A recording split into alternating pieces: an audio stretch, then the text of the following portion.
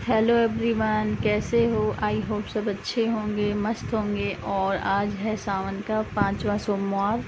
तो मैं सभी को पूरे दिल से सबको प्रणाम कर रही हूँ। छोटे बड़े भैया भाई बहन सभी को प्रणाम करती हूँ।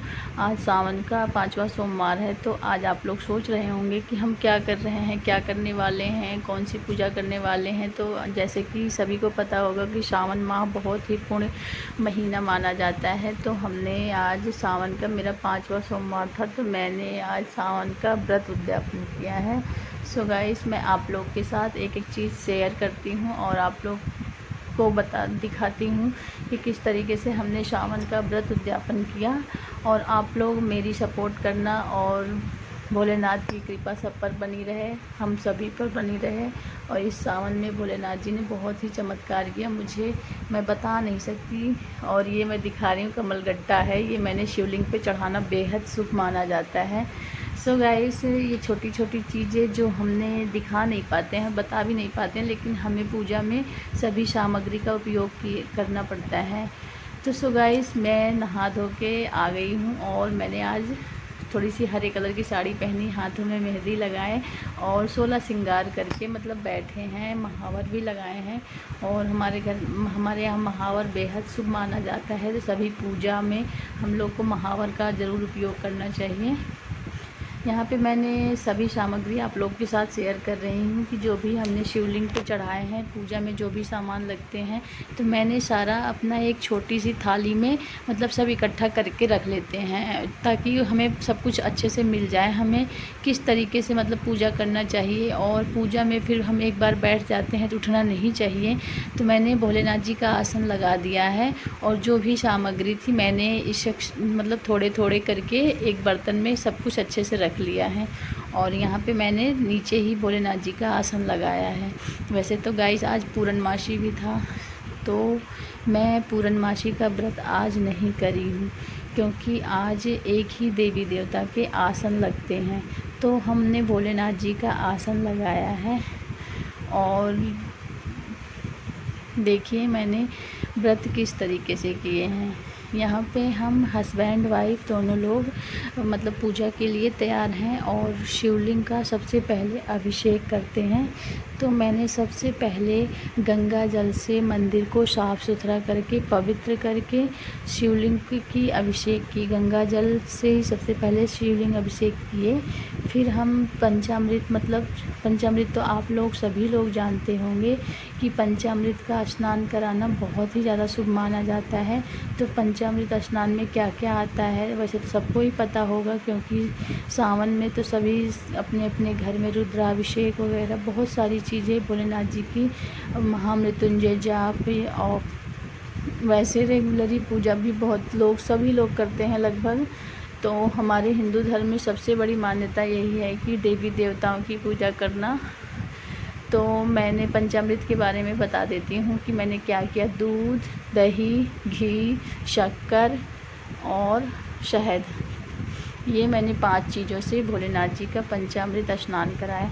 फिर उसके बाद हम संपूर्ण स्नान करते हैं, जिसको हम गंगा जल से ही कराते हैं।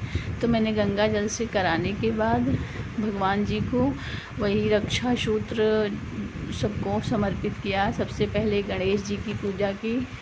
बिना गौरी पूजन गणेश पूजन की कोई पूजा प्रारंभ नहीं करते हैं। तो मैंने 5 सुपारी से गणेश भगवान की सर्वप्रथम पूजा करी, उनका आसन लगाया। वैसे मेरा कैमरे में दिखाई नहीं दे रहा है, लेकिन मैं आप लोग से बता रही हूँ क्योंकि हमने कैमरे को चालू करके रख दिया था। जो भी शूट हुआ आप लोग के साथ सामने क्लियर है। और हस्बैंड जी हमारे 21 बेलपत्ती, जो एकदम मतलब खंडित पत्ती ना हो, तो हमने छोटे छोटे चुन चुन के पत्तियां लाए थे। तो 21 हमने बेलपत्ती से भोलेनाथ जी का अभिषेक किया। 21 पत्ती चढ़ाए बाकी, और सारे गणेश जी, गौरी माता और नंदी बाबा को भी चढ़ाए, अशोक सुंदरी। तो भोलेनाथ जी का सब परिवार हमने आसन लगाए हैं। उसी में मतलब सभी लोग को ही मान्यता प्राप्त है। और शिवलिंग में तो वैसे सब कहते हैं कि भोलेनाथ जी के संपूर्ण परिवार रहते हैं, सबकी अलग अलग मान दर्शाया गया है। सो गाइस, हम हस्बैंड वाइफ दोनों चुन चुन के एक एक चीज़, क्योंकि इस पूजा की सामग्री जो भी होती है बहुत अच्छे से सब कुछ करना पड़ता है और बहुत ध्यान से करना पड़ता है। और धतूरा, भांग, बेलपत्ती, फूल, कमलगट्टा और जो भी थे मैंने आप लोग के साथ पूरे नहीं शेयर कर पाई, और जो भी थे मैंने भोलेनाथ की दया से सब कुछ, ये मैंने पान चढ़ा रही हूँ क्योंकि गौरी गणेश को सबसे पहले पान, भोलेनाथ जी को सावन में बेहद शुभ माना जाता है भोलेनाथ जी। और दुर्बा तो भी इनकी धतूरे का फूल, धतूरा, ये सारी चीज़ें भोलेनाथ जी को सबसे ज़्यादा प्रिय हैं। तो मैंने उनकी पूजा अर्चना आराधना में जो भी हमसे बन पड़ा हमने सब कुछ किया विधि विधान से, और एक एक चीज़ हम हस्बैंड वाइफ दोनों चुन चुन के किए हैं। सो गाइस, मैंने आप लोग के साथ बहुत बारीकी से सारी चीज़ें शेयर किया है, क्योंकि इस बार भोलेनाथ जी ने, वैसे तो मेरा ये मैं आप लोग से शेयर कर रही हूँ कि मेरे 20 साल की तपस्या का ये फल है। मैं 20 साल पहले ही, मतलब 20 साल हो गए मुझे इस व्रत को करते करते, काफ़ी टाइम हो गया था। और मैं आप लोग से कुछ सारी बातें ऐसे शेयर करती हूँ जिससे मैं आप लोग को बताती हूँ कि मुझे भोलेनाथ जी का सावन व्रत बहुत ही अच्छा लगता है, और पूरा 1 महीना कब हो जाता है पता ही नहीं चलता। लेकिन अब क्या है ना कि थोड़ी सी टाइम के बाद मेरी वैसे भी तबीयत बहुत ज़्यादा ख़राब रहती है, तो मैंने सोचा कि अब चलो भोलेनाथ जी का व्रत उद्यापन कर देते हैं टाइम से, अच्छे से। तो जाते जाते भोलेनाथ जी ने हमारे साथ बहुत ही अच्छा चमत्कार किया, और बहुत ही ज़्यादा मतलब खुशी होती है मुझे भोलेनाथ जी का व्रत करना। और सावन तो 1 महीना यूँ ही पता नहीं चलता। तो हमने पूजा करने के बाद पूरी कहानी पढ़ते हैं, और क्या कहते हैं, सावन का व्रत का जो भी कहानी होता है हम पढ़ रहे हैं सारे हस्बैंड वाइफ दोनों मिलके। फिर हमने जब हमारा सारा अध्याय पूरा हुआ तो हमने हवन की तैयारी कर रहे थे, क्योंकि बिना हवन के कुछ शुभ नहीं माना जाता है। तो हमने हवन के लिए सामग्री रख रखे थे पहले से। मैंने कपूर जला के घर में ही कर रहे हैं, क्योंकि बहुत ज़्यादा हवन से मुझे ज़्यादा एलर्जी हो जाती है। मुझे मतलब बहुत ज़्यादा धुएँ वगैरह से एलर्जी हो जाती है और मुझे खांसी सी आ जाती है। तो मैंने बहुत ज़्यादा नहीं किया, लेकिन हाँ जो भी बन पड़ा मैंने थोड़ा अपना हवन भी किए हैं, हम हस्बैंड वाइफ दोनों। तो आप लोग देख सकते हैं, मैंने थोड़ा सा बाद में जूम करके पीछे से बेटे से कहा कि मेरी वीडियो लो, भोलेनाथ जी आ ही नहीं रहे हैं। तो भोलेनाथ जी की इन्होंने जो भी वीडियो शूट किया आप लोग देख सकते हैं, मैंने किस तरीके से आसन लगाया है, और मैंने कलशा रखा है, और श्रीफल और आम के पत्ते और उनकी चौकी लगाई हूँ।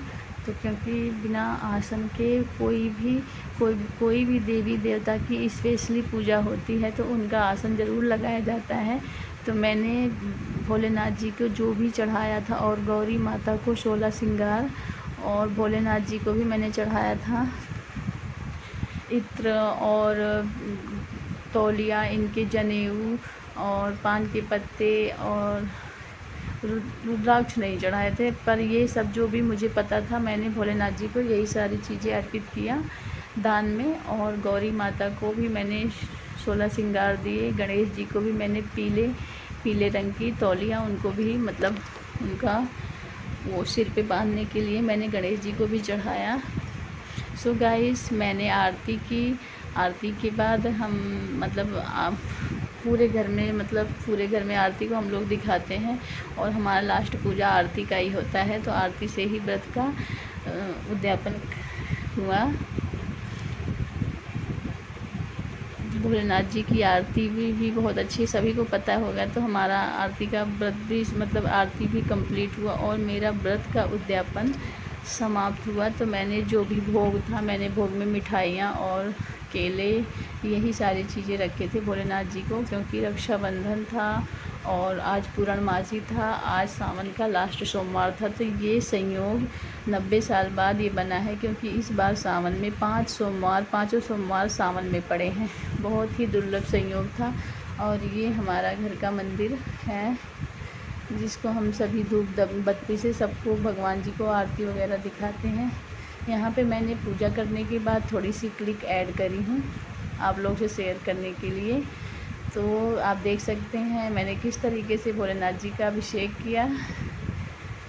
पान सुपारी, गौर, पैसा, 16 श्रृंगार और सभी चीज़ों से इनका स्वागत किया। सो गाइस, उसके बाद हम लोग मंदिर पहुंच गए। आप लोग ने मेरे बहुत शॉर्ट और लॉन्ग में कई बार मैंने इन मंदिर की वीडियो डाली है। ये मंदिर बहुत ही अच्छा लगता है। यहाँ पे आके जो सुकून मिलता है, जो शांति मिलती है ना, वो भाई बता नहीं सकते। तो यहाँ पे मैंने फटाफट मैंने घर से सीधे मंदिर ही आ गई। तो यहाँ पे मैंने अपने घर से सारा सामान लेके गई थी भोलेनाथ जी को चढ़ाने के लिए। और बस मैंने दूध की थैली वहाँ पे ली और मैंने दूध को ऐसे ही चढ़ाया था, लोटे में नहीं चढ़ाया, क्योंकि जो तांबे में होता है ना तो जहर बन जाता है। तो इसलिए मैंने लोटे में ही वैसे ही चढ़ाया था थैली से। सो गाइस, मंदिर में बहुत ज़्यादा भीड़ थी, इतने श्रद्धालु थे कि सावन का लास्ट सोमवार था और सावन का सोमवार में बहुत भीड़ होती, इतनी भीड़ होती है कि बिल्कुल एकदम पैर रखने की जगह नहीं होती है। यहाँ पे मैंने भोलेनाथ जी की भी पूजा अच्छी तरीके से किया। जो भी मेरे पास था मैंने सब कुछ भोलेनाथ जी को चढ़ाया, समर्पित किया। और फल फूल, दही दूध और रक्षा सूत्र और चंदन, सभी चीज़ों से मैंने भोलेनाथ जी का अभिषेक किया और उनको चढ़ाया। और भोलेनाथ जी के पैर पखार पखार के, हाथ ताली बजा बजा के, वैसे मंदिर में मान्यता है कि भोलेनाथ के मंदिर में 3 बार ज़रूर ताली बजाना चाहिए। तो वैसे हम लोग यही करते हैं। जो भी मुझे ज्ञान होता है मैं अपने तरीके से करती हूँ, मुझे बहुत अच्छा लगता है। और भोलेनाथ जी भोले ही हैं, वो सबकी भूल चूक को माफ़ करते हैं और हमारी भी भूल चूक को माफ़ करें। तो मुझसे जो भी बन पड़ा मैंने इस तरीके से भोलेनाथ जी का पूजा किया। गाइस, हम पूरी फैमिली गए थे, हमारे दोनों बच्चे और हस्बैंड, सब लोग गए थे। मंदिर थोड़ी दूर पे ही है, ज़्यादा दूर नहीं है। तो आप लोग प्लीज़ गाइस मुझे भर भर के सपोर्ट करना और मेरी वीडियो को लाइक करना, शेयर करना और ज़्यादा से ज़्यादा वाचिंग करना, क्योंकि मुझे आप लोग की सपोर्ट की बहुत ज़रूरत है। और आप लोग से मैंने बहुत कुछ बातें ऐसी हैं जो नहीं शेयर कर पाते हैं, तो मैं आप लोग से बता रही हूँ। प्लीज़ गाइस मुझे बहुत सपोर्ट करो, मुझे बहुत ज़्यादा सपोर्ट की ज़रूरत है। और यहाँ पे मैंने मंदिर का पूरा व्यू दिखाया। तो आज रक्षाबंधन था तो अद्दू पहुँच गई आरुष के घर, क्योंकि इनके भाई बहुत इनको प्यार करते हैं। तो राखी बांधने के लिए बहुत देर से बेताब थे और राखी का मुहूर्त भी आज 1:40 पे था, तो इसलिए लेट में ही सब कुछ किए।